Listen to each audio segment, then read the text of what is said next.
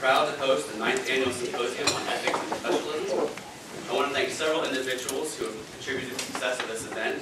Yana Shaw, our publishing coordinator, Cherie Junk, our administrative secretary, Dean Floyd, Professor Pat Longman, Professor Hal Lewis, the Law Review's faculty advisor, the Mercer Law Review editorial board, and in particular, our lead articles editor, Ed Bonfeld, and our administrative editor, Adrian Calloway, and the members of the Mercer Law Review. This morning's session will go until noon, but we will have a break at 10:30. And now I'd like to turn the program over to Dean Floyd.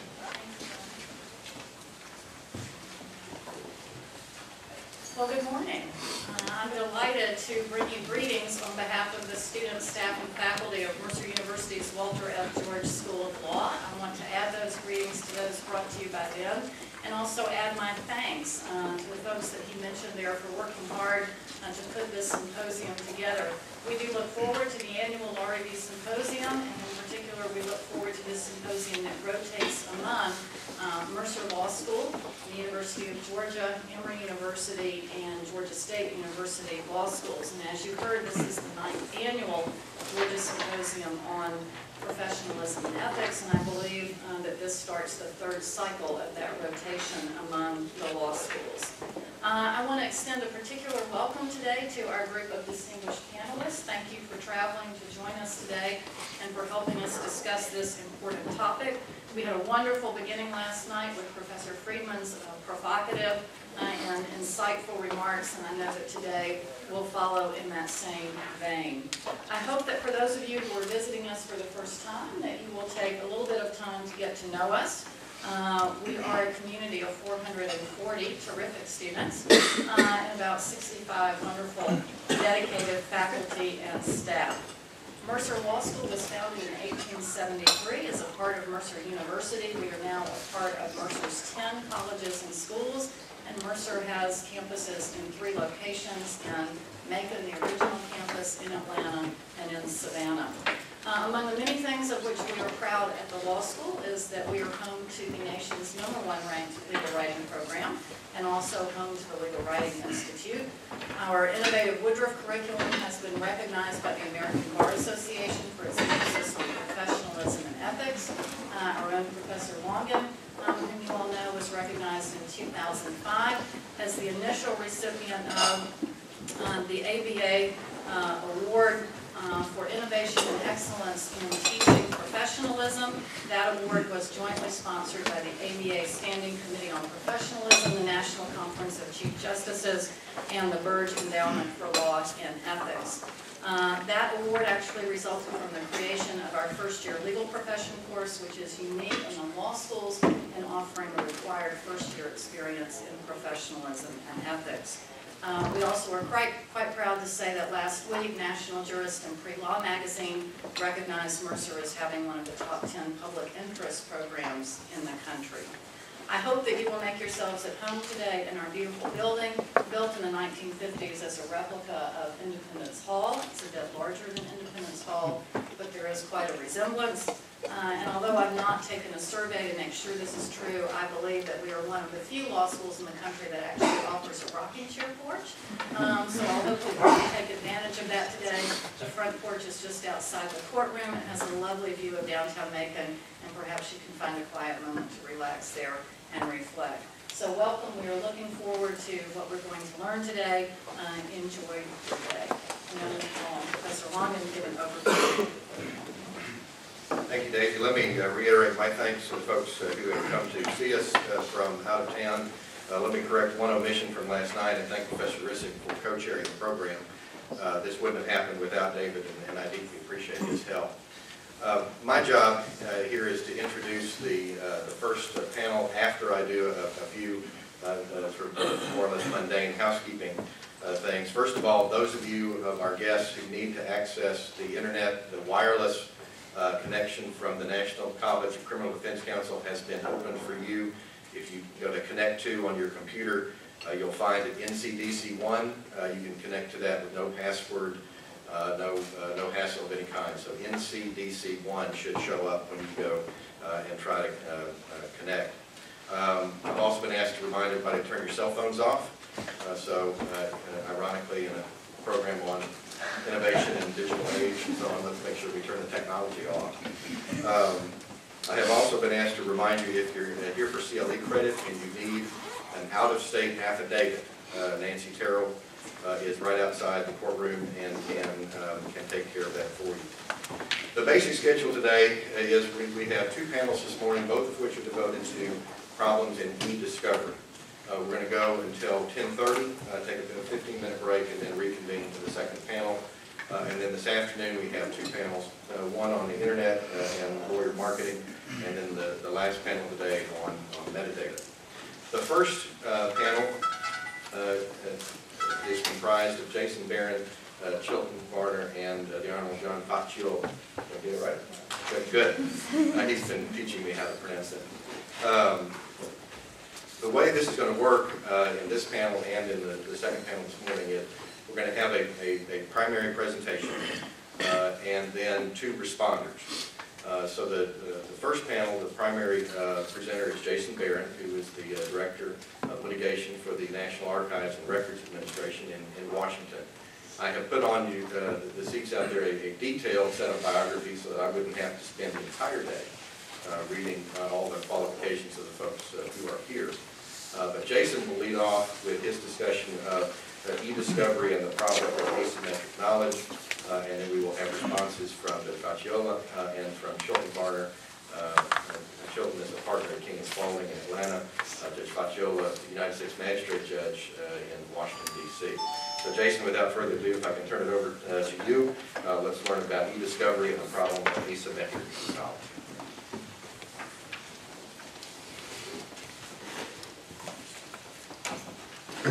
Thanks, Patrick, and good morning, everyone.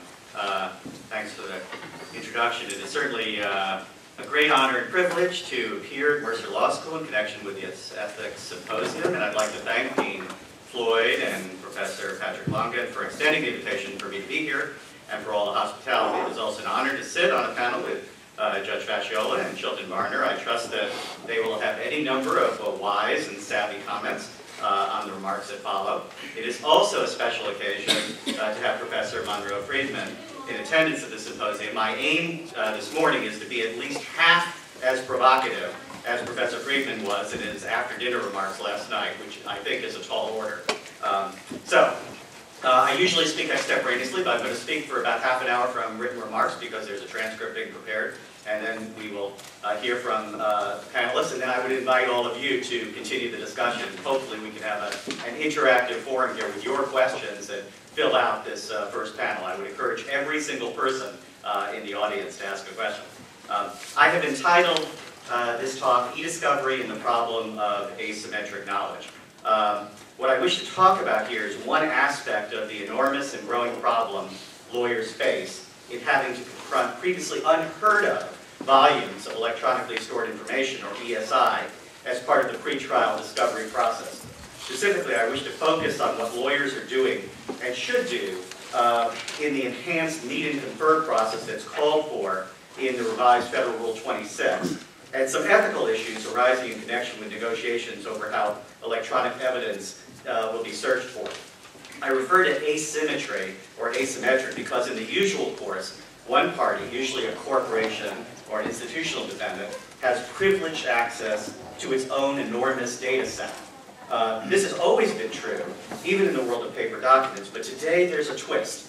Given the impossibility of manual review to find smoking gun documents and other material documents, the only way parties will have access to vast collections of ESI is through making intelligent, reasonable requests for automated searches to be conducted. But now the stakes are higher in the framing of such requests because small differences in the language of those requests make an enormous difference when using computers to search for strings of text. The aspirational goal first stated in 1946 in the seminal Hickman versus Taylor case involving attorney work product remains the same, however. And I quote, "Mutual knowledge of all the relevant facts gathered by both parties is essential to proper litigation," unquote. So how is that to be accomplished? And what might be the ethical limits to maintaining an informational advantage held by one side in this new digital age? With some trepidation in advancing arguments in the presence of Professor Friedman and his clearly articulated views on lawyer zealousness on behalf of clients, I will nevertheless throw caution to the wind and proceed. So in this talk, I wish to accomplish three things. First, I wish to set the stage by giving a real slice-of-life example of my own work life as a government lawyer in Washington, D.C., and the kind of email databases, particularly White House email, that I have to confront as part of e-discovery. Second, I will give the briefest of overviews on the current trend in e-discovery case law involving the greater involvement of the judiciary in making parties negotiate about how they propose to go about conducting automated searches for relevant evidence. And third, most importantly, I will pose a few hypotheticals to serve as kindling to spark what I hope to be a lively conversation amongst the panelists and all of you in attendance. I will even try to answer at least some of these hypotheticals with my own not-so-settled views on ethical lawyering in this area to head off at the pass anyone walking out of here today thinking that I have ducked away from controversy, been too tentative, politic, agnostic, on the fence, or just plain bland. So I do have two housekeeping matters to state up front. First, I wish to acknowledge that and thank two Sedona colleagues and friends of mine, Ralph Losey with us today, you'll hear from, and Connor Crowley, a lawyer practicing in New York City, as well as another colleague of mine, Alexandra Chopin, a lawyer practicing in D.C., all of whom have been very generous with their time and allowing me to bounce off some of the ideas that I'll be stating here today. Second, I wish to state that what I am stating here is my own personal views on the subject of ethics and search and retrieval and e-discovery, not anyone else's, and this talk does not purport to represent the views of either the Sedona Conference or any other institution, government or academic, that I have the privilege to be associated with. As was perhaps evident in the bio, I've spent my career as a lawyer in public service, including acting as Justice Department counsel of record in cases defending the White House and the Archivist of the United States in a series of lawsuits involving White House email, starting with a landmark case involving the preservation of backup tapes on which Ali Noor's props notes related to the Iran-Contra affair resided. Every president since President Reagan has experienced a rash of lawsuits surrounding his official email, and such suits always seem to take on added import at the end of each administration. But there is another phenomenon that has been readily apparent over the past decade: the incredible exponential growth of the number of email records that in fact have been preserved. Back in the dark ages, and I'm referring to 2002 and 2003, as Director of Litigation of the National Archives, I had the unique experience of receiving one fine morning a request to produce under Rule 34, which was 1,726 paragraphs long. The discovery request was from the tobacco company defendants in the case of U.S. versus Philip Morris, case is now on appeal, that they demanded that 30 federal agencies find all records related to tobacco policy searched back for 50 years. So for the National Archives, we run all the presidential libraries around the United States, so that meant searching records in our presidential library holdings going back to the Eisenhower administration.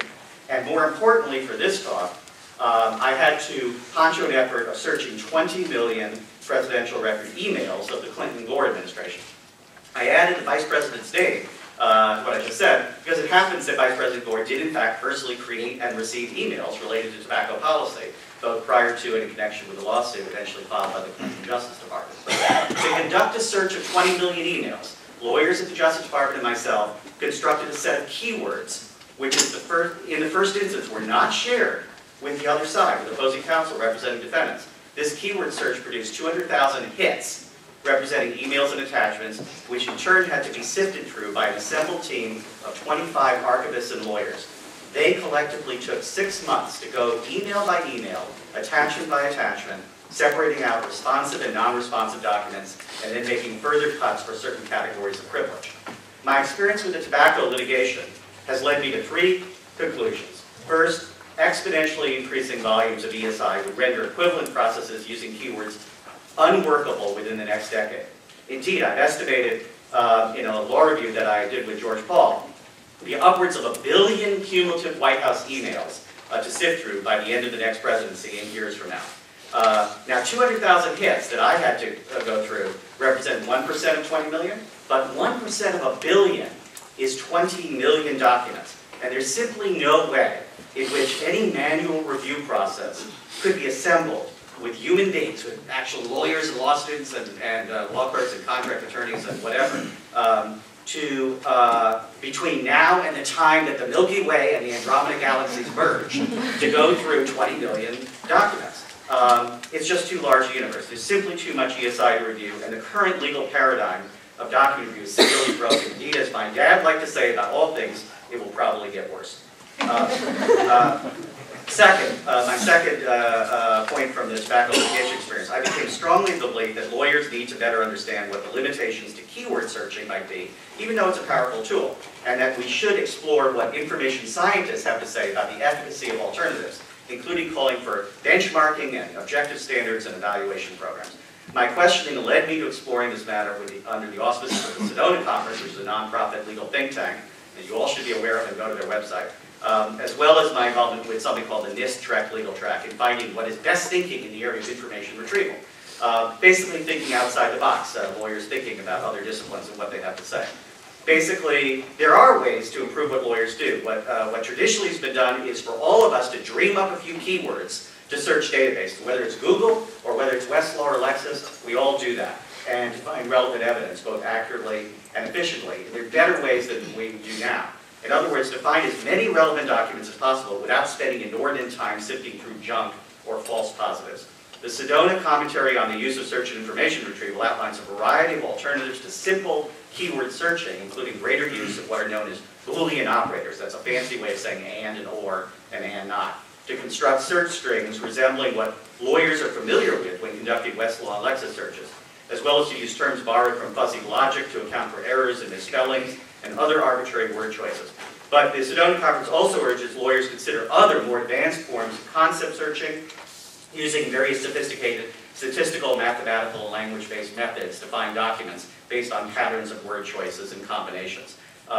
These methods go by various fancy names, including vector space retrieval and probabilistic latent semantic indexing and use of ontologies and taxonomies, social network analysis, and the like. Judge Facciola was the first judge in the country to recognize these possibilities in his published opinion in Disability Rights of Greater Washington versus Washington Metropolitan Area Authority, a 2006 decision. And since issuance of that opinion, Judge Grimm in Baltimore has penned a more recent opinion in May 2008 in Victor Stanley versus Creative Pipe that goes through this laundry list of alternative search methods. Judge Facciola added in a more recent opinion in U.S. versus O'Keefe, and I quote, "Whether search terms or keywords will yield the information sought is a complicated question involving the interplay, at least, of the sciences of computer technology, statistics, and linguistics. Given this complexity, for lawyers and judges to dare opine that a certain search term or terms would be more likely to produce information than the terms that were used is truly to go where angels fear to tread." Now, my third point coming out of the tobacco litigation experience convinced me of the importance and necessity of approaching search issues collaboratively and transparently in litigation. The upfront decision on the part of government lawyers like myself to make a 6-month commitment of time and resources of people going through emails, White House emails, largely based on unilateral, behind-the-curtain decisions on what keywords to use, was essentially placing a huge bet on the table that these decisions would not lead to collateral litigation, discovery about discovery, with attendant risk of a do-over after a further frenzied round of motion practice. The fact that that didn't happen, I believe, was in part due to my insistence that a sample of some of the results of some terms be disclosed to the other side, which had the effect of increasing the comfort zone of the opposing counsel, at least to the extent that no further motion practice ensued. In 2002, that type of action was novel. In 2008, perhaps it's not a complete sea change in thinking, but it's still unusual that where lawyers sit down to seriously contemplate negotiating search protocols, and few do so anticipating a structured, iterative process in the discussions, although that may naturally arise in the future. Most recently, just in the last month, the Sedona Conference issued what is called its Cooperation Proclamation, which Judge Facciola and 24 other members of the bench are signatories of. The document begins by stating, and I quote, "The costs associated with adversarial conduct in pretrial discovery has become a serious burden to the American judicial system," unquote. The document represents a clarion call for lawyers to cooperate in resolving technical e-discovery disputes, while further stating that greater transparency and collaboration is consistent with zealous advocacy. The document describes various methods to accomplish cooperation, including, most relevantly for our purposes here, 1, parties exchanging information on relevant data sources, including those not being searched, and 2, parties jointly developing automated search and retrieval methodologies to cull relevant information. At face value, these points seem to be a straightforward extension of existing case law, both pre and especially post the December 2006 rules changes. For example, in a leading case, Treple versus Biavale, defendant made an initial attempt to engage plaintiffs in stipulating which files would be searched and what search terms would be utilized. Plaintiff, however, assumed that the responding party had an obligation to search the digital equivalent of every scrap of paper.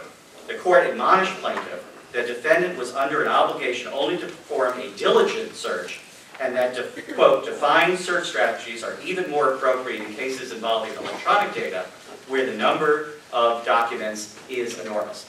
The plaintiff's refusal to stipulate was further described by the court as a, quote, missed opportunity, unquote, as plaintiff might have convinced defendant to broaden its search in ways that would uncover more responsive documents and avoid subsequent disputes. In more than a dozen reported decisions over the past 2 years, courts have shown increased willingness in encouraging, if not forcing, parties to put meat on the bones of Federal Rule 26 to discuss search protocols as part of the meet and confer process. A typical state-of-the-art case from April of this year in Clear1 versus Chang. It's out of the District of Utah. The parties agreed on at least a core set of keywords, but disagreed on what type of Boolean operator in a search string should be used. Basically, they disagreed whether it should be something and something or something or something. The court made a Solomon-like decision in deciding that an and was necessary to be used for names and substantive technical references, otherwise there'd be an excessive number of false positive hits of just the names. So if it was names or, then you just get the names of everybody in every document, so you'd have to put it together as an and statement.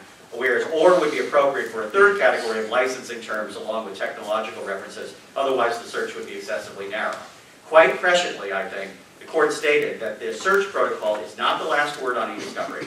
The opinion goes on to say the use of keyword protocols is one step in the process which contemplates many more steps, including revisiting the search protocol and, I quote, if documents are discovered which suggest that other documents exist which were not identified as potentially responsive, or if a surprisingly small or unreasonably large number of documents is identified as potentially responsive, refinement may be needed. Indeed, the court recognized that, quote, much of the argument is now speculative since there is no actual experience with the search.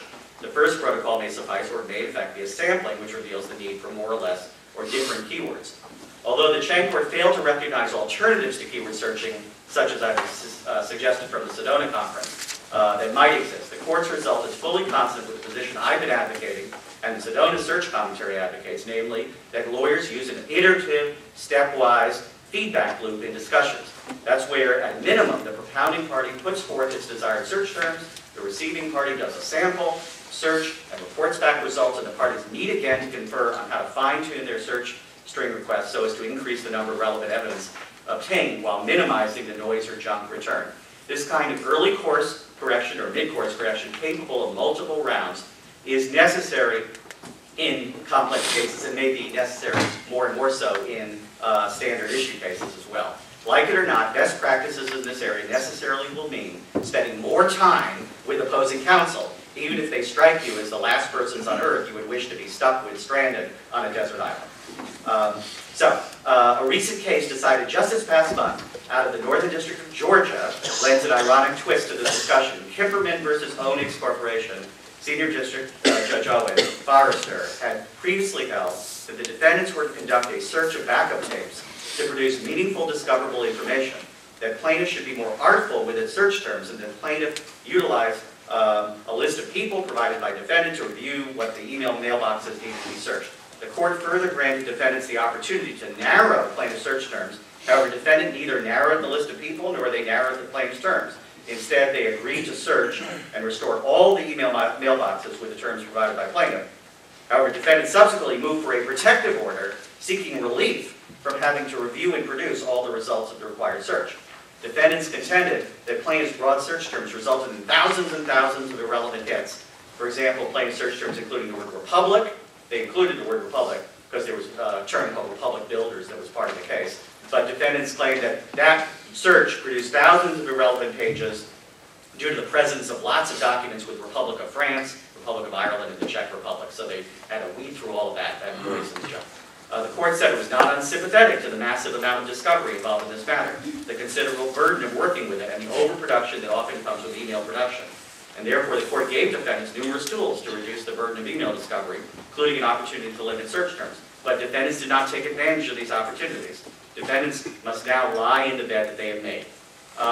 If defendants had taken the position that they would produce all the documents requested and dump them on plaintiffs over the objections of a hypothetical plaintiff who desired discussions about narrowing the framework, would defendants' position be in compliance with their ethical obligations? In other words, is it fair to dump 1 billion emails on a party after refusing to negotiate a narrow search request using agreed-upon search string parameters? It should come as no surprise that my opening position here, for present purposes on this ethics panel, is that lawyers uphold their duty of fairness to an opposing party and counsel in being willing to engage in the very type of negotiations called for in the meet and confer process, especially given the privileged access to ESI repositories that one side will inevitably enjoy. Model Rule 3.4 calls for fairness to an opposing party and counsel. Under Subpart A, a lawyer shall not unlawfully obstruct another party's access to evidence or unlawfully conceal a document or other material having potential evidentiary value. Under Subpart D, a lawyer shall not in pretrial procedure make a frivolous discovery request or fail to make reasonably diligent effort to comply with a legally proper discovery request by an opposing party. The comment to Rule 3.4 goes on to say that the procedure of the adversary system contemplates that the evidence in a case is to be marshaled competitively by the contending parties. And paragraph 2 of that comment makes expressly clear that evidence subject to possible concealment includes computerized information. Refusing to exchange ideas or discuss varying approaches to the ESI search problem while posturing that the only response will come in formal answers to interrogatories and requests to produce at a later stage of discovery is, I submit, a form of passive aggression out of yesteryear's practice book. And it should be recognized for what it is, not just gamesmanship, but an unethical approach to lawyering in the technical age we're in. Given the volume of information present, it is, as a practical matter, impossible to get meaningful discovery if one side refuses to discuss the parameters of what should constitute a reasonable search, leading to unfair and oppressive results. The Chang opinion is a good exemplar case where a court recognized this and issues its holding on ands and ors, it's called conjunctive and disjunctive terms, with that view in mind. On the other hand, Model Rule 1.6 states that a lawyer shall not reveal information relating to the representation of a client unless the client gives informed consent. Cooperation is fair and good, but there are perceived limits in the rules where one may bump up against competing considerations. So what in fact does it mean to negotiate a search protocol in a meet and confer? Does counsel have a duty to assist in the negotiation process if one side has made very poor requests for information in the form of search terms? If the value of the requests are poor because they are way over-inclusive, then as seen from the Kipperman and the Chang cases that I've cited, courts will expect parties to engage in narrowing so as to filter out thousands or millions of irrelevant documents. But what if the requests are on their face reasonable, but counsel knows, that is the defending counsel or the counsel receiving discovery, knows that they are poor requests based on special knowledge? Under these circumstances, to what extent should a party be obligated to, quote, reveal, unquote, and I use the word conscious of the ethical prohibition here, some aspect of its own side's electronic data set in the interest of furthering expedition of the litigation? All is not so simple in the land of ESI, and the ethics of negotiating search protocols is very much an open area, waiting Judge Facciola and his brethren to weigh in. Let me pose a modest hypothetical. And it's not so modest because it has some length to it, so forgive me, my fellow panelists here. Assume that Corporation X is required to produce all documents on a certain fungicide named benlate, B-E-N-L-A-T-E. Assume further that a specific request to produce documents asks for all documents from the CEO of Corporation X, whose last name is Bartlett, B-A-R-T-L-E-T-T, which in any fashion relate to the sale of the fungicide benlate. Also assume that the General Counsel of defendant Corporation X has been on the job for the last 10 years, during which time she has been involved in 100 lawsuits involving e-discovery searches against Corporation X databases, including suits for CEO records.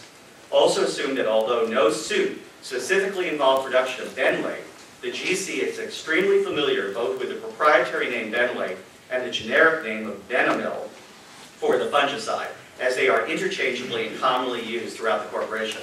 Finally, assume further that the GC knows that there are 10 million OCR documents, that is, documents that have been scanned in using an optical character recognition process with a known error rate, and that in the past there are many documents that have been uncovered, scanned in with the name Bartlett, B-A-R-T-L-E-T, without the second T at the end. Now assume that plaintiff's counsel, without knowledge of prior litigation against defendant, proposes a set of keywords to be searched. Further assume that on plaintiff's list of keywords is the term Bartlett spelled correctly, as well as benlate.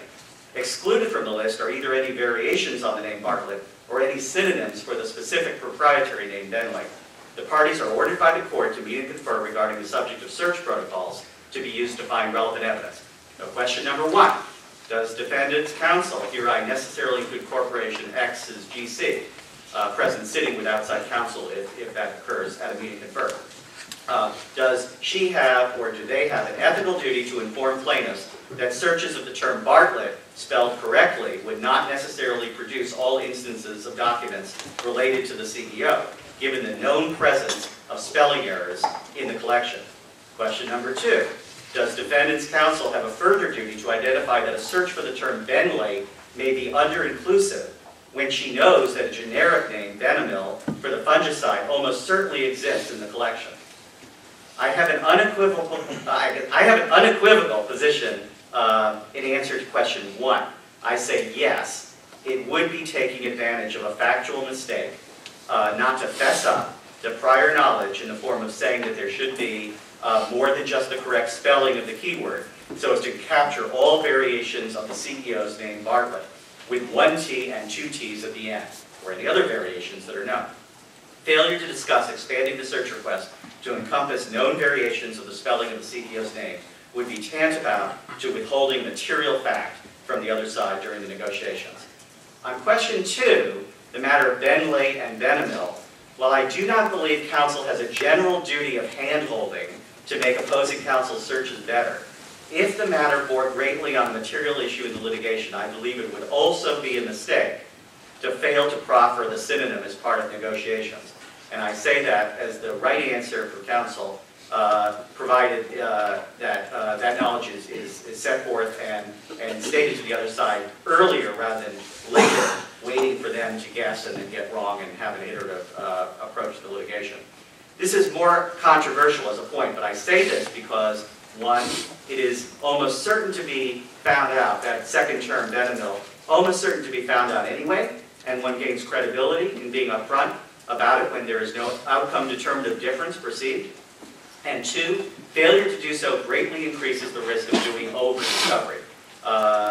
Whether I should or would do so, that is, propose a second term, only with the client's consent, is something which I would take is Professor Friedman's way out of this ethics conundrum. He would require me to go to the client to get permission for use of a synonym that the other side hadn't thought of yet. But it's an issue I would be quite interested in having my fellow panelists weigh in on. With this caveat, in the real world, there is precious little time to bring clients in to micromanage the decisions in litigation on this level. And so as a practical matter, one may have to assume that the lead lawyer in a representation will be by default on his own in deciding what course of action to pursue. This is, of course, not so completely a hypothetical. Although this type of BSI issue was not, to my knowledge, even directly at issue in the DuPont-Benlate litigation in Georgia, more traditional variants of improper discovery conduct in the form of the withholding of unfavorable evidence were at the heart of the sanctions handed down in that case, leading directly to a consent order which is responsible for the very symposium of which we're taking part. It may be instructive to be guided by the wisdom of the judge writing in that case, who said, quote, "It is the obligation of counsel under the rules as officers of the court to cooperate with one another so that in the pursuit of truth, the judicial system operates as intended. The federal rules require that counsel make a reasonable investigation in an effort to assure that the client is provided all information and documents available to it, which are responsive to a discovery request. It is also required that counsel certify that the responses to discovery requests are complete and correct." The court went on to say, "The courts do not have the time to micromanage discovery in every case. They must depend on their officers, the lawyers, to keep faith with their primary duty to the court as its officers, and so make the discovery system work by voluntarily making the required disclosures. Counsel should not be allowed to sell out to their clients. As applied in this brave new world of ESI, my argument is that failure to disclose special knowledge of the relevant characteristics of the ESI universe of your client would knowingly fail to optimize and impair an otherwise reasonable sounding search strategy or protocol request, and is tantamount to the suppression or concealment of evidence in conflict with one's ethical obligations under Rule 324. My argument here in the legal domain has a parallel in the world of statistics. To paraphrase a recent text on measurement that I read, conventional statistics assumes that observers have no prior information about the subject of their observations, but the above assumption is almost never true in the real world. Bayesian statistics, derived from a theorem of the good Reverend Thomas Bayes, deals with the issue of how we should go about updating prior knowledge with new information. I'd like to propose that judges and lawyers should apply a quasi-Bayesian analysis to the ethical issues that I've raised here. Should lawyers and meet and confers act as if search issues have never been raised before, that they are working on a tabula rasa with respect to searches, how searches are conducted? To what extent is it more ethical to approach the meet and confer as one of an iterative exercise over the course of the entirety of one's representation of a client, over the course of one's own career, in fact, rather than an ad hoc stovepipe transaction related only to the litigation at issue? In calling for greater attention to the formulation of search protocols, I am not just rehashing the Qualcomm versus Broadcom case, a case on every e-discovery blog top 10 list of cautionary tales from this decade. In that patent infringement action, a raft of lawyers have been under threat of professional sanctions for a host of misdeeds, including, most notably, the failure to produce 200,000 relevant and material emails that could have been produced if only an electronic search had been conducted using obvious search terms under custodians and subjects. With Qualcomm as a low ethical bar to get over, raising issues of competence and intentional misconduct, I am arguing here for a more nuanced, higher ethical bar that lawyers should perceive when involved in meet and confer negotiations. The standard is one of acting reasonably in the face of your knowledge and experience of the data set that your client has, as gained from prior litigation and prior searches conducted. For those of you who need additional persuasion, let me suggest that what I consider here as doing the right thing also makes good economic sense and can be sold to clients under the banner, under that banner, if a hymn to higher ethical standards fails to move them. I trust Judge Facciola will indulge me to quote from a music icon other than his favorite, Bruce Springsteen, by my choosing a line from Bob Dylan instead. How much do I have to pay not to have to do these things twice? Finding out late in the game, on the eve of trial, or in the case of Qualcomm, after a trial, that important emails and other forms of ESI were missed due to failures of the search protocol means tremendously adding to the cost of e-discovery to the client when a court requires that a second or a third pass be conducted in the ESI universe. Professor Wendell, a leading commentator on ethics, has summed up counsel's discovery obligations by announcing 3 overarching principles. He did so in his influential 1996 article, Rediscovering Discovery Ethics. He states, 1, the lawyer's primary obligation is to the discovery of the truth rather than the advancement of the client's interest, unless some clear countervailing interest is recognized. 2, the discovery system is not bound up with the adversary system. Partisanship comes into play only after all the facts have been revealed to both sides. And 3, derived from the first 2 propositions, it is a breach of the lawyer's duty as an officer of the court to fail to disclose information that would assist the tribunal in determining the case on the merits. I believe my quasi-Bayesian point builds on and incorporates Professor Wendell's best thinking as applied to ESI search protocol negotiations that are happening more and more in courts around the United States every day. To sum up, I believe that the explosive growth of information is transforming the litigation system and that the current paradigm is broken. As I have shown, new strategies involving automated search methods, cooperation, and the use of structured, iterative approaches are called for and are fully consistent with the aspirational aims of the model rules. I also believe that counsel cannot reasonably fail to bring to the meet and confer table his or her prior knowledge gained from experience in litigation on limitations or deficiencies in proposed methods of searching for evidence, and that given the hugely asymmetric nature of litigation as we near the end of the first decade of the 21st century, that old 20th century ways of approaching these problems need to be rethought. Not every characteristic of a data set triggers a future duty of disclosure. This is obviously an area that will have to be worked out in future cases. But the notion that one should act obliviously of one's past knowledge acquired in posturing that every meeting confer starts on a complete clean slate does not, in my view, accord with our profession's highest ethical ideals and aspirations. Of course, some of these ethical conundrums might in fact be alleviated if a level playing field of competence existed amongst members of the bar, although random disparities and gaps in knowledge will always exist in our fact of life. I will leave to Ralph Losey and the next panel addressing some of those further considerations. For now, I trust I've given enough food for thought for one panel's discussion. I want to say as a coda, because I'm so happy to be at an institution that's ranked so high in public interest law. I have spent my entire life as a lawyer in public service, as a member of the Justice Department, now at the National Archives and at other agencies. I believe that lawyers in the public service, like myself, owe a special duty of fairness in litigation. And so whatever doubts one may have on the extent to which counsel should engage in a spirit of cooperation on search strategies and search terms should be resolved if you're in the public sector in favor of openness and transparency, at least in the world that I've had the privilege of traveling. And I can tell you there's no greater privilege than standing up in court and saying that you represent the United States of America. I want to thank you for the privilege of being here, and I look forward to the further panel discussion. Thanks very much.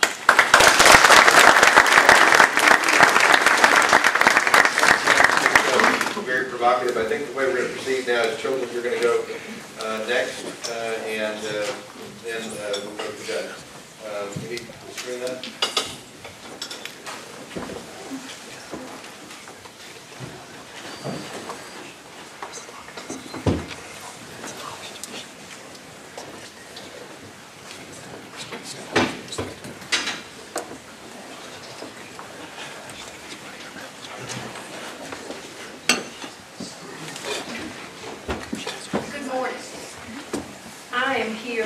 This morning as a private practitioner who represents private entities.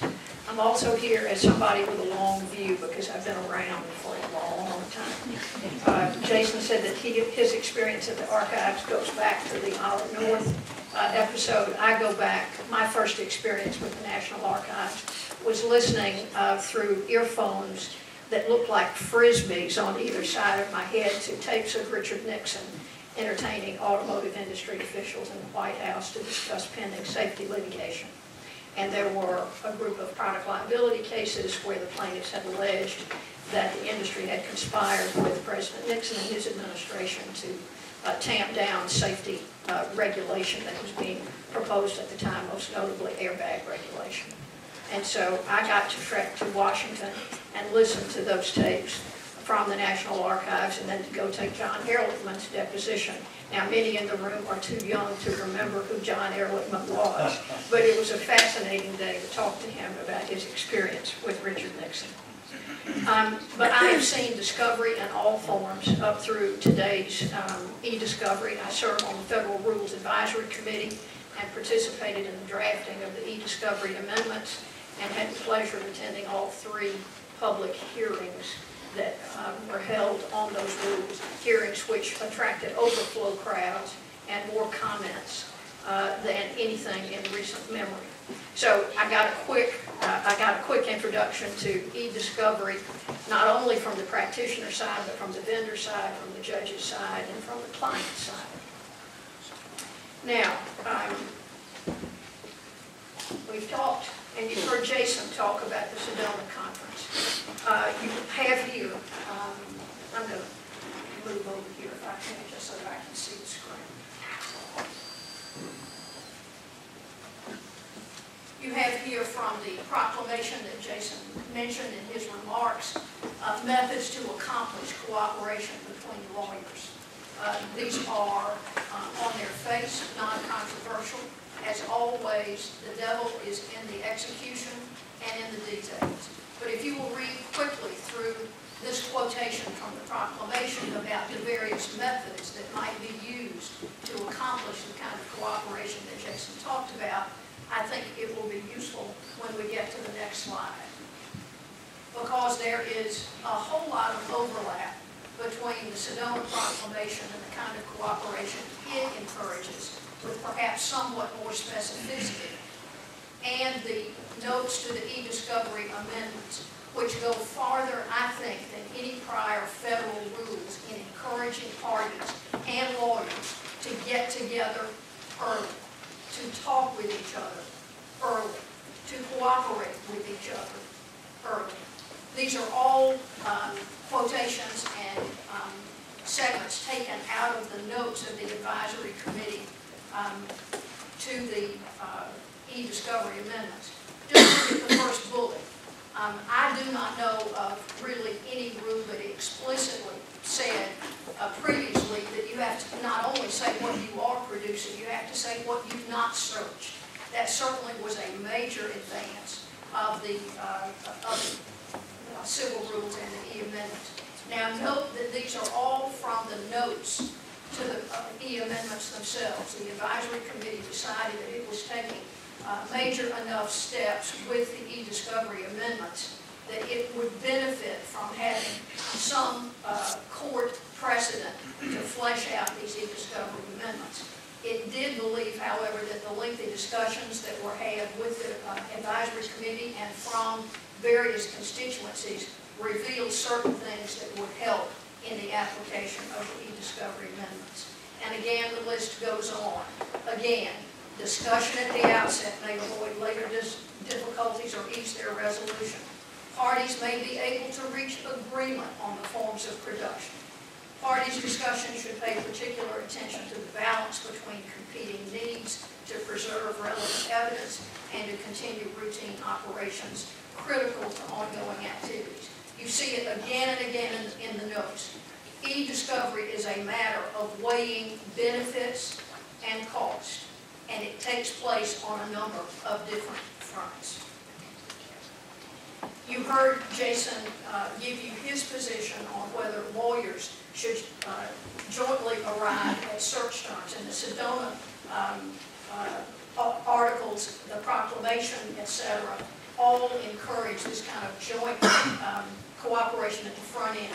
As an aside, I will tell you that I have participated in such negotiation at the front end in joint search terms. We need to understand, however, that there are currently no specific uniform rules that require this as a matter of regulation or rule. Nonetheless, there are a number of courts who have ordered that parties have to engage in that kind of cooperation and that kind of conferring. You can see that there are other courts that say that the producing party is in the best position to determine what good search terms would be, that introducing joint conference in that regard may actually deter efficient searches. The Land O'Lakes case affirmed that the producing party is in the best position and that you may, in fact, go ahead, you may elongate the discovery process if you engage in multiple conferences and iterations of search terms. And you can believe that or you may not, but there are parties and there are courts out there who are cautious about it. And then finally, amongst practitioners, there is considerable discussion about whether requiring disclosure of counsel's selection of keywords raises issues of privilege and work product that makes some lawyers pretty uneasy. I think Jason himself would agree that the discussion is at the beginning, not the end, that this is an area that parties are still working their way through, that they probably will continue to work their way through for at least the next 5 years with help from people like Judge Facciola. But we're going to have to work through this until we arrive at some reasonable body of precedent and expectation for people because, as I said, the devil is in the details.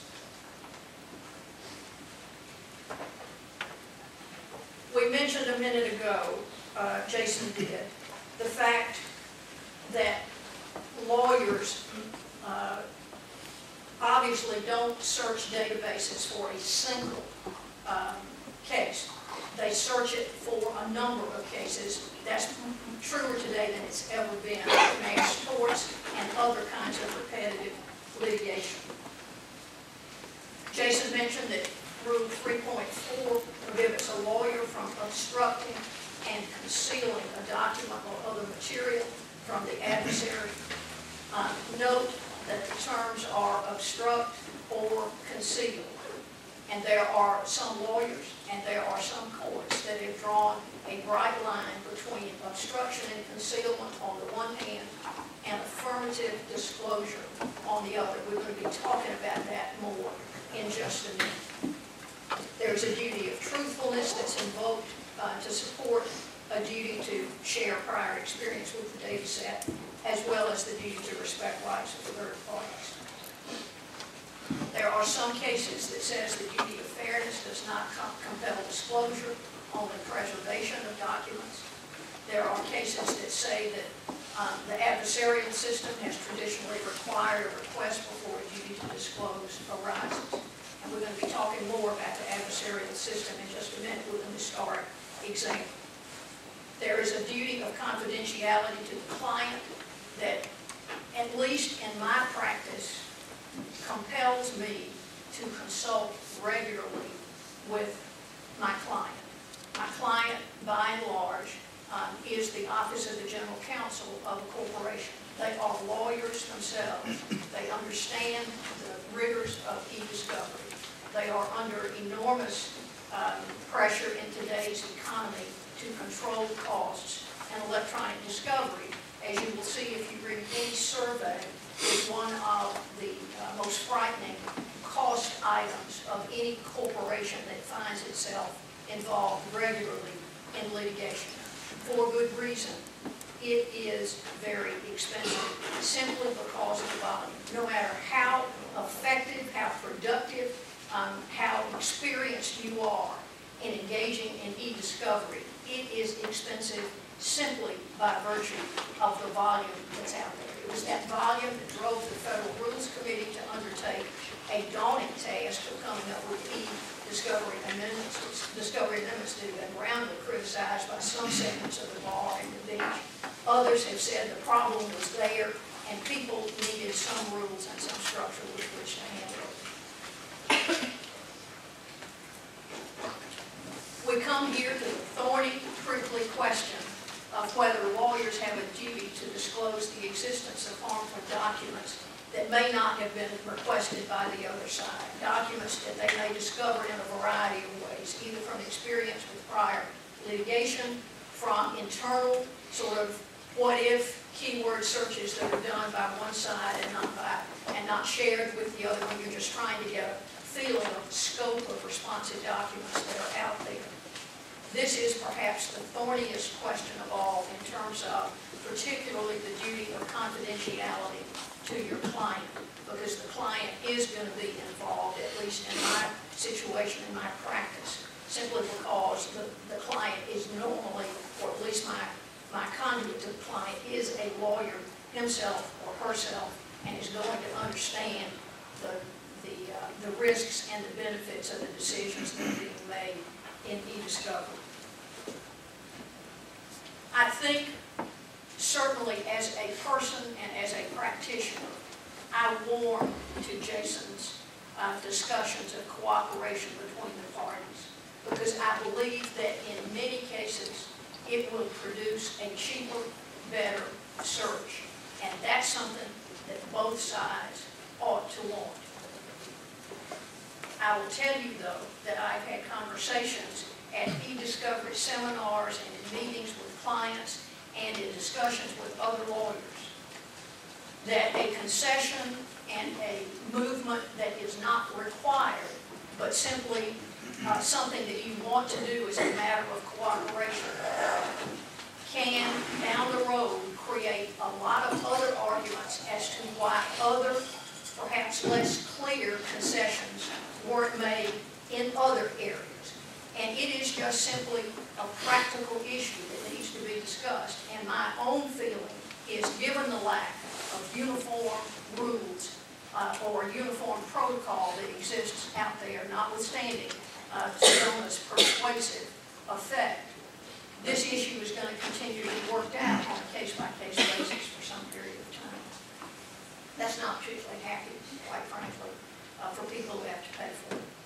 But I think it is going to be the case. I looked for some kind of historic lesson to try to gauge e-discovery against. And the best that I could come up with was an amendment to the Federal Rules of Civil Procedure in 1993 that was familiarly referred to as voluntary disclosure.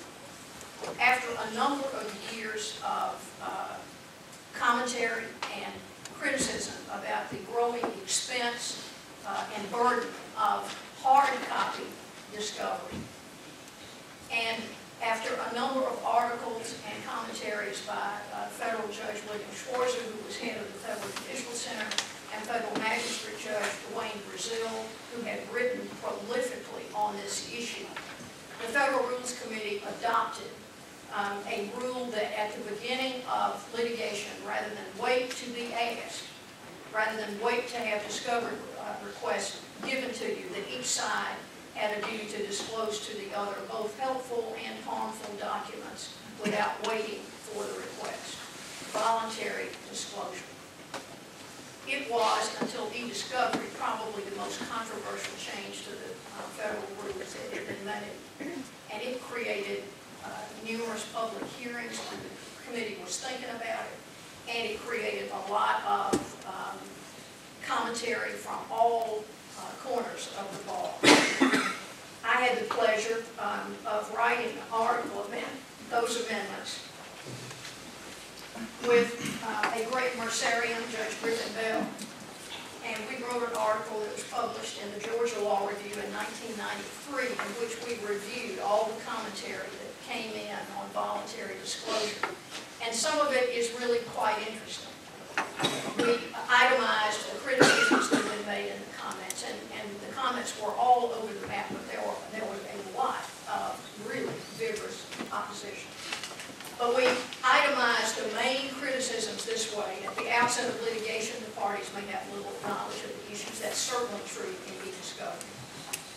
People criticized the notion as resulting in overproduction of marginally relevant information. They risk any time that people are making disclosure other than in response to a discovery request. Increased motions practice and difficult line drawing. We also commented that we had some skepticism whether the disclosure requirement would return a level of professionalism and harmony to the discovery process, or whether it would work in the other direction. Interestingly, about 5 years later, after practice, under amended Rule 26A and voluntary disclosure had occurred, the Federal Rules Committee conducted additional hearings and modified that rule to require production, voluntary production, only of those documents relevant to the litigation that the party intended to use in its case. This followed a continued criticism of the difficult and uncomfortable position that the rule placed lawyers in, that they might be taking actions that were adverse to their client. I just thought you might enjoy some of the comments that were actually made by people when they testified at the public hearings or when they wrote comments to the Federal Rules Committee. This is from Sam Witt. My client should perceive me as his or her trusted and vigorous advocate, and not some doubtful agent of an officious bureaucracy dedicated to imposing its altruistic ideal of harmony at the expense of the client's stronger letter to follow. This is from the section of litigation, ABA, a commentator that the Federal Rules Committee takes quite seriously, along with the federal government, which also we take quite seriously simply because of the volume of litigation that the federal government has.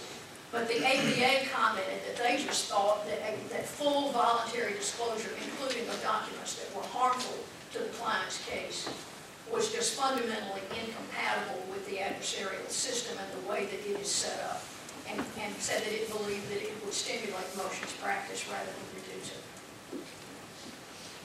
Here is the longest and perhaps the most passionate of the comments, and I just pulled out some of the ones that were more striking, and some might say even striking. But Jim Bianchi said that he believed that, and he's a defense lawyer, and he said, I believe that the plaintiff has the burden of proof to make out a case, and if the plaintiff doesn't make out the case, I shouldn't have to do a thing. And he made that case, as you can see, loudly. But lest we think that all of the criticism of voluntary disclosure came simply from lawyers who represented defendants in litigation. When the amendments to the federal rules went to the Supreme Court, you probably know, after the Federal Rules Advisory Committee approves an amendment, it then goes to the standing committee. It then has to be sent to the Supreme Court for their approval, and then it goes to the Congress to be adopted. When this voluntary disclosure rule went to the Supreme Court, it's almost unheard of to have anything other than a unanimous approval after it has gone through 2 to 3 years of development and vetting by a number of different committees. But with regard to Federal Rule 26 and voluntary disclosure, Justice Scalia, joined by Justice Thomas and Justice Souter, dissented to the adoption. They were in the minority, so the rule went through, but they dissented to the adoption of this rule again. The new rule would place intolerable strain upon lawyers' ethical duty to represent their clients and not assist the opposing side, requiring that a lawyer make a judgment as to what information is, quote, relevant to disputed facts, end quote, plainly requires him to use his professional skills in the service of the adversary. I'll finish here. I hope that my remarks have been useful in establishing that this is a controversial and difficult area that has pros and cons, I think, on both sides. Again, from a personal and professional standpoint, my practice is to try to work out search terms at the front end, to try to work out successful discovery even in the electronic era. But I do think that there are many, many different considerations. Jason began by saying, and then reiterating, that volume is the name of the game, and I agree with that totally. He said it's impossible to search manually every document to find the quote smoking gun. Certainly, complaints about overproduction are not new. We got them in the hard copy era. It was sometimes referred to as discovery by warehouse in those days. But still, volume drove the amendments, and it is driving, I believe, increased cooperation on the parties simply because of the cost. Economic self-interest will drive us ever closer, I believe, to cooperation. The obstacles to getting there, number one, I would say, is the vanishing trial syndrome. Given that so few cases are proceeding to trial today, lawyers who are working in discovery have less and less notion of what discovery really was intended to do, which is to get you to a trial that you can win. In fact, discovery has become the end game in most cases these days, given the number, the vanishing number that are being tried. And I think that's a problem to increase cooperation, because all of the competition that's involved in an adversary system is now played out in a discovery system by people who don't ever really get to see the result in the courtroom, whether you objected to something that you now need to make out your case, whether you created so much ill will that you can't try an efficient case. But I think that's one of the obstacles. I think there is some real fear of malpractice claims on both sides, from plaintiffs who don't know very much, individual plaintiffs who don't know very much about the legal system, from corporate clients who do know a whole lot about the legal system.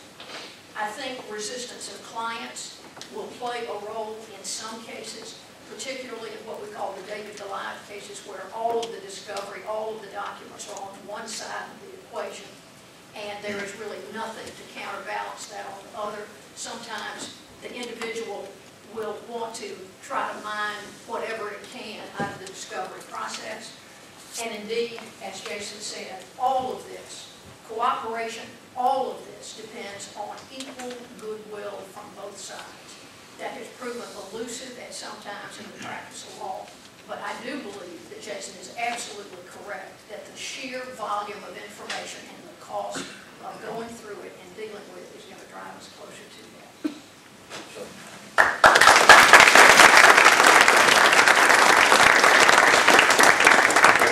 Joe, you're bring us your perspective on these issues. Sure, thanks. I have a question, first of all. Who is this y'all person? It was funny, there was a time when my first law clerk was from Alabama. You guys. Use guys. It's from Brooklyn. You use guys. Hey, come on. You see the use? But I have a law clerk from Alabama. And at the same time, Judge John Carroll, who is from Alabama and is a former magistrate judge and now at Dean of the Law School, his law clerk was from Brooklyn. So we would have a mutual translation system. If I didn't understand what Juliana was saying, I would call her and she would tell me. And I remember one day she said, they got me now. She said, I don't understand this. And what I call the past pluperfect of y'all, which is the universal y'all. All y'all. Y'all coming? All y'all? So greetings from Brooklyn, where we talk right. I'm glad the dean has left, because what I'm about to say would cause her to ask me to leave. But we'll make it our dirty little secret. Law school has nothing to do with reality. I learned that in a terrible way the day I became a lawyer. I graduated from Georgetown, but I had to go into the service to work Vietnam. Not that I went to Vietnam, but I had a service obligation. So unlike my colleagues, I didn't get sworn in immediately after I passed the bar. I was away and came back. I got sworn in about 1 o'clock and went back to work. I couldn't find the boss, and there was a note on my desk. It was Facciola, go to Court 1C in New York City. Courtroom 1C is kind of like, what can I compare it to? A sewer. Basically, it is all the prostitutes, all of whom, by the way, are lined up behind you, which is great because they make comments about you as you are talking to the judge. Numbers runners. Before states had lotteries, there were numbers runners. You bet on a number. And for reasons that have always eluded me, people who didn't get enough heat, what they were doing, they always beyond.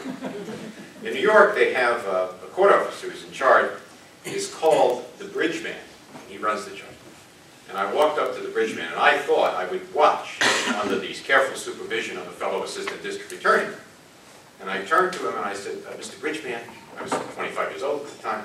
I said, Mr. Bridgeman, who's the assistant here? He says, I don't know. He says, some guy named Facciola.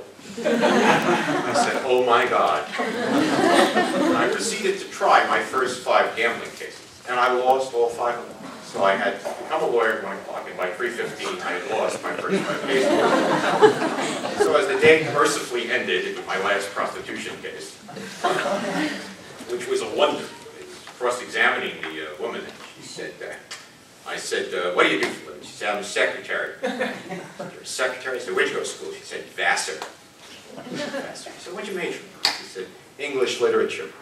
Now, the mayor at the time was John Lindsay, and I said, English literature? Who's John Milton? He said, he's the mayor. Everybody knows that.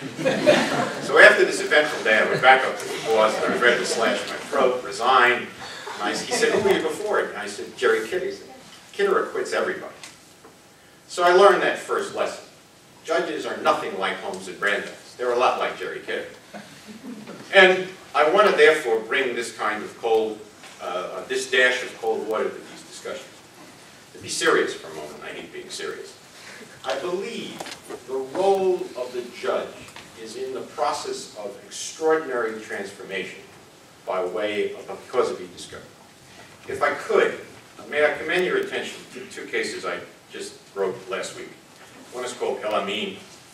The other one is a follow-up to the case you may have read called Ben Africa. Because they're pending before me, I can't talk about them, but I can commend them to you as examples.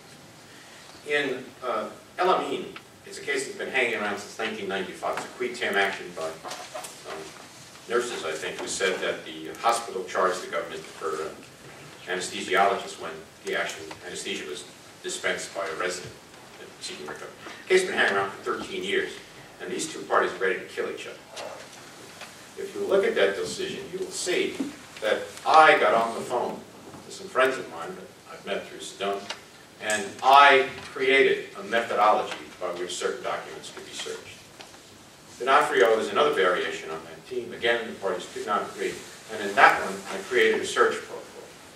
Did I get it right? I have no idea. Am I a computer forensic technologist? God, no. I couldn't even win a gambling case before Jerry Keeter. But what I am is a judge. And my fundamental responsibility is to find a way out of the chaos that the lawyers have created. No one has written more perceptively about this, I think, than Professor Judy Resnick up at Yale. When she spoke at our bicentennial celebration of the court, she talked of how the federal rules have changed what a judge does and what a judge is. She said if you'd gone into the courtroom in the 40s, you would have walked in and the judge would come out and you'd say, Ms. Jones, what's our next case? Well, Smith versus the bus company. And what is it, Ms. Jones? She said, well, it's a case involving a woman who got hurt on a bus. Said, okay, get a jury. They brought the jury. Judy says the federal rules create a new paradigm of the judge. It is the judge as manager. The judge who, from the inception of the case to its conclusion, is managing the process, consistently always with Rule 1. This is the fastest, the most efficient, cheapest way we can do that. So I find on a daily basis that I'm doing more managing. The archetypical law school model of discovery is he propounds the discovery to her, she objects and sends it back. And then they come to me with a motion. And I hear the argument, and then I rule. Of course, I do. But what I find myself doing much more frequently is saying the two of you, get in here. Did you meet and confer? We waived meet and confer. Oh, really? You waived it? Oh, that was nice. Did you tell me you were going to waive it? Well, Your Honor, no, wells are for water. Why didn't you tell me? Your Honor, we've had previous cases. We don't really get along. We didn't think it would be meaningful. And we thought it would make more sense to bring the dispute to you. Oh, how nice of you to do that. You know what happens now? You two go in the jury room. That's my courtroom clerk. She's going to lock the door. When you resolve this, knock on the door. You'll be permitted to come out. Judge, what if we can't agree? We have a problem then, don't we? We'll send in food. We'll call your family. Don't you worry. Eventually, you'll get out of that room. And you know what the strangest thing about this is? 10 minutes later, they're getting along. And I haul them back before me, and they say, well, we worked better. How surprising. Why the hell did you do that 6 months ago? Well, Your Honor, wells are for water. Back where we started. Their inability to agree and confer in good faith cannot possibly be a good reason to waste precious resources. How could you possibly make that argument? You've heard about the Sedona conference. I was the last speaker when we rolled it out at a webinar. And I said, okay, I think I understand what we're doing. By the way, can someone make the argument against doing this? What is the argument in favor of being intransigent and stupid during disputes? Now, if that is the more common model, it is a model with which I am very familiar. I don't know about Judge Baker. I do at least 2 settlement conferences a day. Runs the streets. Yeah, but you don't.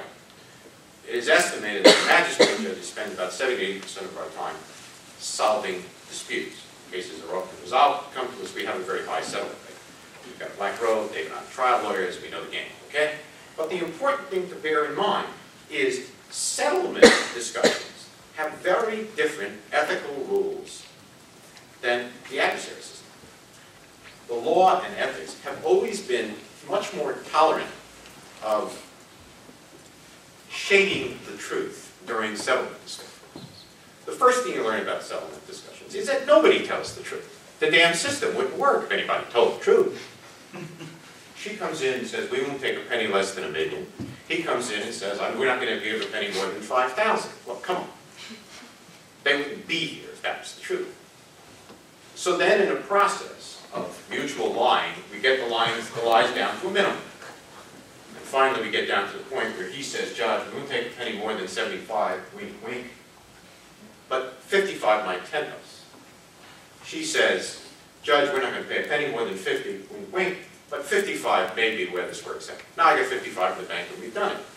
During that process, if they were both held to the ethical standard of never shading the truth, the process would not continue, with the result that the ethical canons pertaining to that process are very different from the adversarial ones that have been reviewed in terms of honor and discipline. The point I'm trying to make is, once the situation shifts a bit and I become the judge as manager and we go into a settlement mode, the traditional thinking would be, well, they can get away with puffing and so forth. But that's not the way I think about it when I'm doing a discovery dispute. As I just told you, I don't really care what they said to each other when they didn't meet. I don't really care all of the representations they made. But I'll tell you one thing, they better be telling me the truth.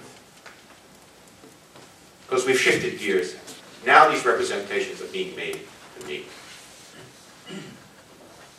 So what I'm trying to say is, the lack of cooperation among them, the lack of honesty, the potential deception that goes on in the process leading up to the dispute coming before me is irrelevant. As to that, as a judge, I am agnostic. I could care less about it. That's something for disciplinary authorities to work out. But when they speak to me, they better be telling me the truth. Because then the ethical canon is clear. They owe me the candor of where they are. The strange thing about this, that you might find quite remarkable, is lawyers welcome it.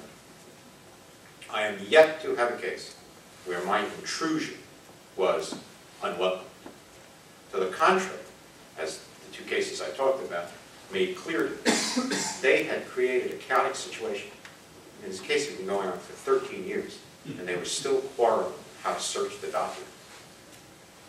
And when I intruded, far from being angry, they welcomed.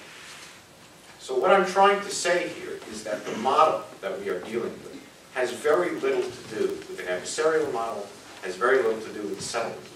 It's some sort of crazy in-between. And during the course of it, I am going to insist on honesty and candor. I'm going to insist on it because that's my responsibility. My responsibility is not to see how expensive we can make this. My responsibility is the precise context. Now, if I can, a variation on Jason's theme without my own hypothetical. I was an assistant United States attorney for 15 years. I somehow recovered from Jerry Kidder and those gambling cases and went on. Let's assume, for the sake of the argument, I'm prosecuting a purse snatching case. Right? The victim is a 65-year-old woman, and she's really my only witness. Grabbed the purse, she saw him, he ran away. And we don't have anything on this case.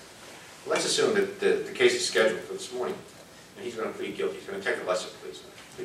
90% of all the cases in America settle pleas. The night before, her son calls her and says, Mom is not going to be able to come to court tomorrow. She died for an hour. Question, am I obliged to tell the defense counsel that that has occurred? No lawyer in his right mind is going to plead guilty or permit his client to plead guilty if he knows that. I struggled with this as an assistant United States attorney. And I made the conclusion, very similar to what Jason said, that being an assistant United States attorney is very different from being anything else. In my naivete, I took very seriously that wonderful line from the court opinion that a U.S. attorney is different from a lawyer, and his responsibility is to justice. If this guy's going to go away for 10 years, I think I'm obliged to tell him. Now, in a room just like this that was full of prosecutors, that decision got capitalized. They said, are you crazy, man? Are you nuts? It's a system. It's a bargaining system. He had a bargain, took the bargain. It's time for him to get his kitty up there and do the right thing. I don't know if that is different because the responsibilities of a lawyer in a public setting, in public interest, are different.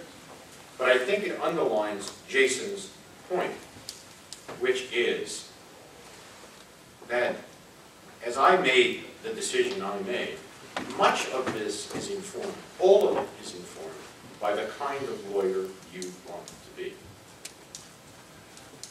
It is said that if you impose your own ethics, your own sense of what's right, that may be in dereliction of your client's responsibility.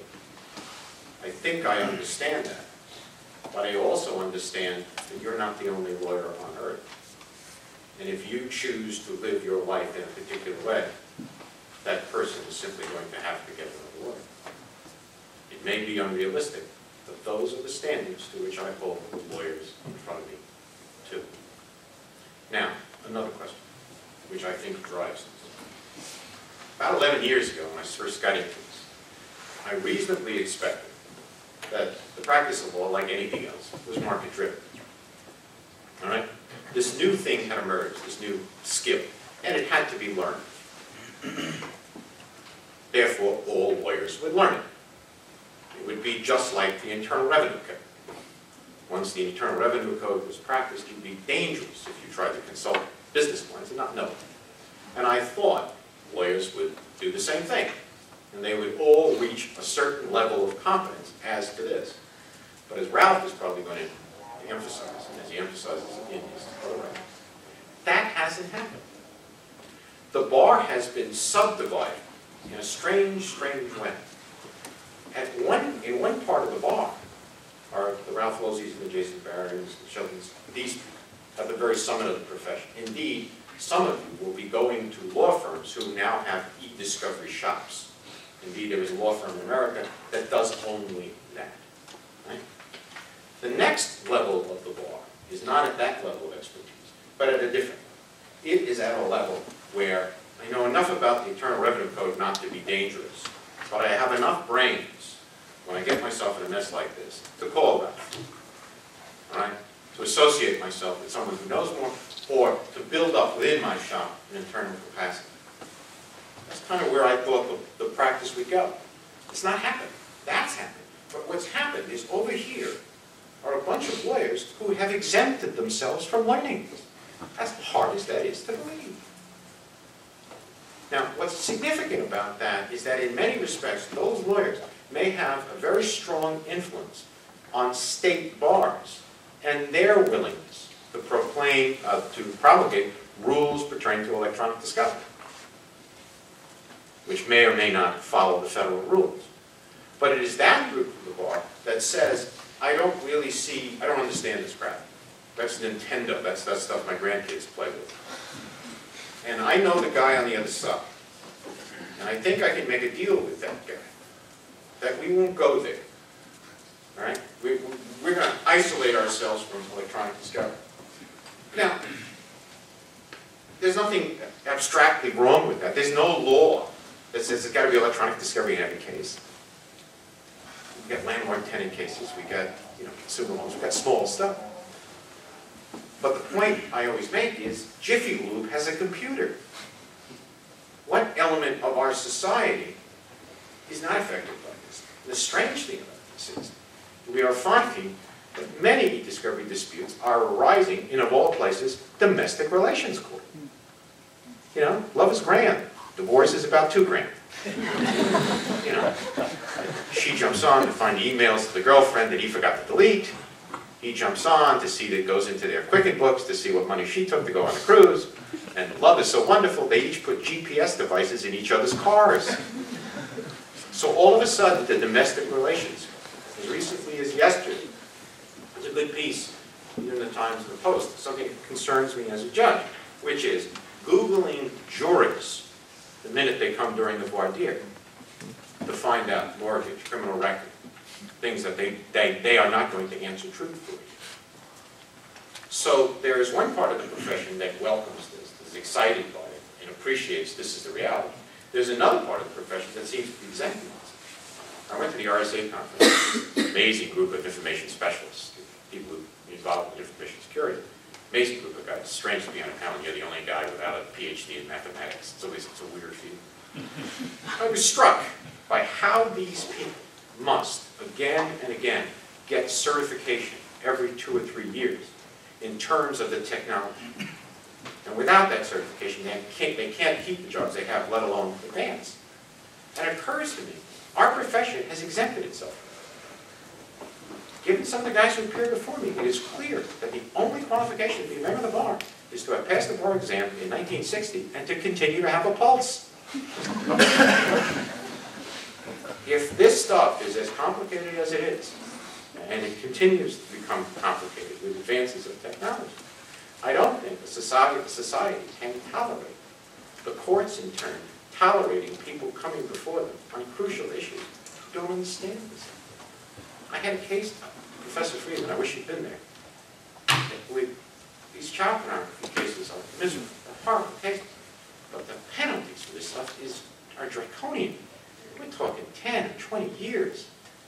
And we're talking about the guys who download this stuff I've had a captain in the Navy, a software engineer, a minister. During the course of the hearing, it became crucial to understand how the FBI guy, who was posing as a 12-year-old kid, was engaging in the instant chatting with this kid, and how he was retrieving that information and so forth. And the lawyer, I guess he thought it was terribly charming, got up and said, Your Honor, I just don't understand this computer stuff. I said, come here. I said, we can't go on with this hearing. You just confessed you're ineffective.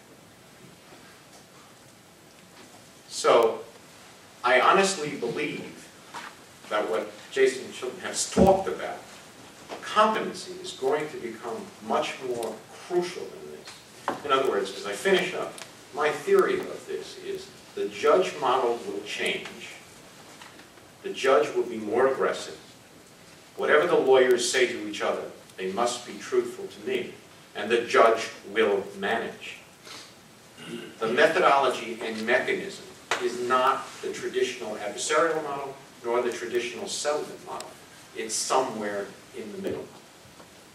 And since the judge is now intimately engaged in this process, I think the value of candor to the tribunal and the lawyer's responsibility to that may overwhelm any other consideration. Those are my views.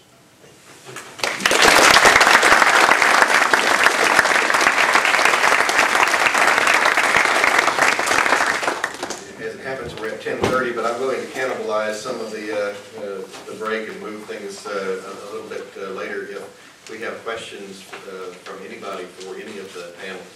Professor Lewis.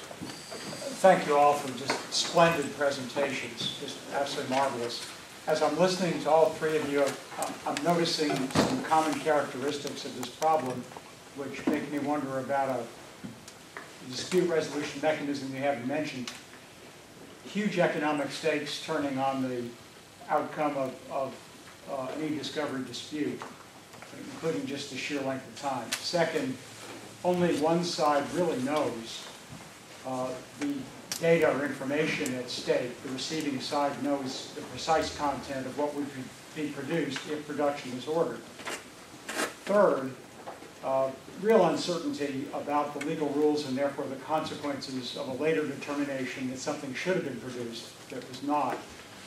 So the thing that the resolution structure that immediately comes to mind is mediation, where you have the feature of a confidential caucus in which if you had a truly expert mediator, someone, say, with Jason Barron's background and experience, both as a lawyer and technologically and on the professionalism side, have parties invested, taken a day off from the normal track for a procedural mediation about e-discovery, and how is that working out? Let me explain. The two models under which Dave and I work, okay, would be the judge's lawyer and the judge's mediator. Where the case comes to me, and the district court judge says this matter is referred to Facciola for discovery, I don't preclude that this matter is referred to Facciola for mediation. So I will tell them up front, how do you want to work this? Can we talk? In which case, our discussions are confidential, off the record. And they usually will say that. Now the question becomes, after I have those discussions, I turn to them again and say, okay, we can't work it out. Do you mind if I now preside? And they usually don't, because I now have had a couple of hours of knowledge in this. So one model doesn't exclude the other. As part of Sedona, the toolkits that will be coming out, there will be encouragement of a model of experienced Jason Barron-like mediators who will volunteer their services. That's very much in play these days. The American College, for example, of Court-Appointed Masters has put this on their agenda as well. So I think you will see the growth of a cadre of people who will function as mediators. I particularly appreciate the question, given that I have 2 years and a couple weeks, actually, yeah, 114 weeks left in my federal career. So, but who's counting? So there may be life after the federal government. I do believe that some form of neutral, an independent expert who is either appointed by the court or agreed to by consent by the parties might be an approach in a technological era where you know, it can really get at some of these issues in a fashion. So it wouldn't be the traditional arbitrator or the traditional mediator, but somebody with expertise. And I think you're going to see certified technologists and others that are stepping forward with litigation expertise to help the process. Other questions?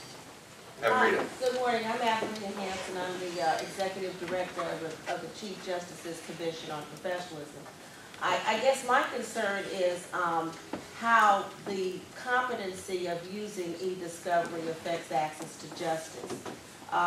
We talked about, Judge talked about the prosecutor side, but on the defense side, there's more limited resources. And typically when we get into family disputes, everyone is not involved in a expensive divorce. So I'm concerned about how the competency of using this system helps in access to justice that a lot of people believe is already too expensive. Well, there are a lot of aspects of that. The first aspect is on the criminal side. We are growing increasingly concerned that the cost of electronic discovery in criminal cases are going to overwhelm our public defender budgets. To that end, I serve on a committee on that in the Ninth Circuit, and Judge Egan will chair the new committee on defender services. That's an agenda item. For example, ma'am, to answer your question, I'm handling discovery in a FARC case. Those are the people, the narco-terrorists from Colombia. We've got 35,000 phone calls on DVDs that were intercepted over the years, as well as mountains of information which is handwritten and in Spanish. And what we're trying to do is figure out some way to make that information useful to the defense without bankrupting the government. There are 28 defendants in that case. So that problem's going to repeat itself 28 years. So you're quite right. We can't, as I said 11 years ago in McPeak, we can't have 300,000 emails. The system's going to collapse. Sure. I think that the short-term answer really does in large measure depend upon a judge who will get in there and try to manage through those problems. And I'd like Judge Facciola to comment. State court judges in particular are understaffed and overworked. Federal judges are to some extent understaffed and overworked.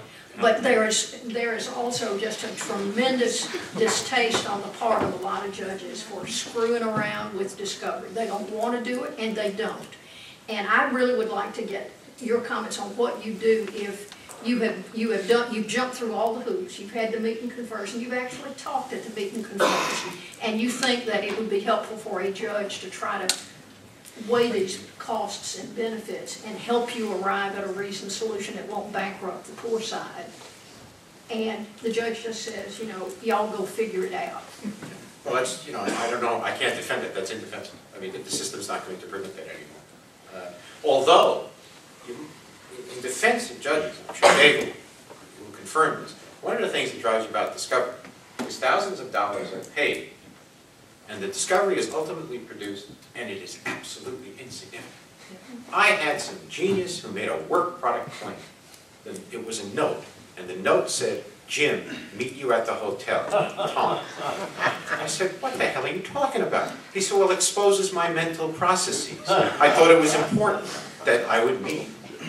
So after I sanctioned him, and he left the courtroom appreciably poorer and wiser, one can only pray that lawyers will be disciplined about that. But if they aren't, I mean, that's what was said.